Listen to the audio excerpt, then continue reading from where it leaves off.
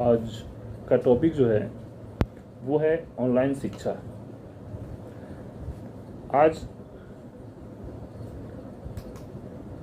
हर घर में इंटरनेट की सुविधाएं उपलब्ध हैं। इस कोरोना काल के समय में ऑनलाइन एजुकेशन एक बहुत ही कारगर साबित हुआ है। देश हो या विदेश, कहीं भी ऑनलाइन एजुकेशन ही एकमात्र पढ़ाई का रूप रह गया है।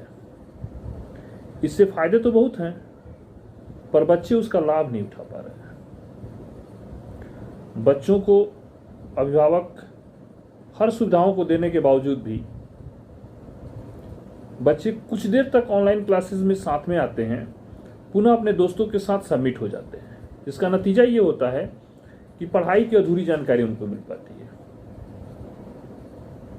वहाँ पे न गार्जियन रह पाते हैं, न टीचर्स रह पाते हैं।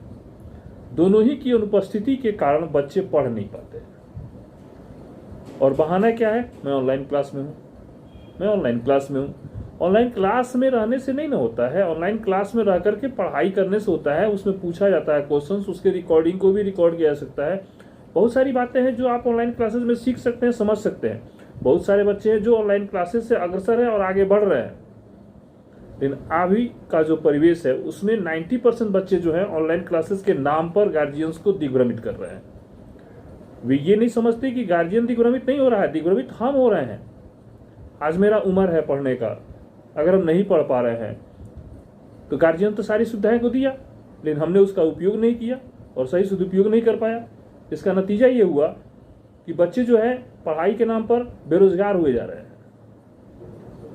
ऑनलाइन क्लासेस में क्या पढ़ना है, कैसे पढ़ना है, टीचर्स अपने समय के अनुसार आ जा रहा है। हमने देखा है पर्सनली कि अगर बच्चों का जो ग्रुप बना हुआ है उस ग्रुप में सारे बच्चे ऑनलाइन क्लास में हैं, तो मैंने सोचा कि चलो ऑनलाइन क्लास से नहीं होता, मैंने पीडीएफ भेजना शुरू कर दिया। यहां तक कि पीडीएफ से भी बच्चे नहीं पढ़ पा रहे हैं। पीडीएफ मैंने भेज दिया, उसको देखने में कम से कम उन लोगों को 3-3, 4-4 घंटा समय लग जा रहा है। पीडीएफ भी खोल के नहीं देख पा रहा लोग। हमने सोचा कि नहीं पढ़ेगा, कम से कम पूरे सिलेबस को लिख तो लेगा, कभी तो समय मिलेगा जो पढ़ेगा। एग्जाम की पूरी तैयारी नहीं होगी, कुछ तो तैयारी कर लेगा। लेकिन ऐसा नहीं हुआ। ऐसा इसलिए नहीं हुआ कि वो पढ़ना ही नहीं चाहता है।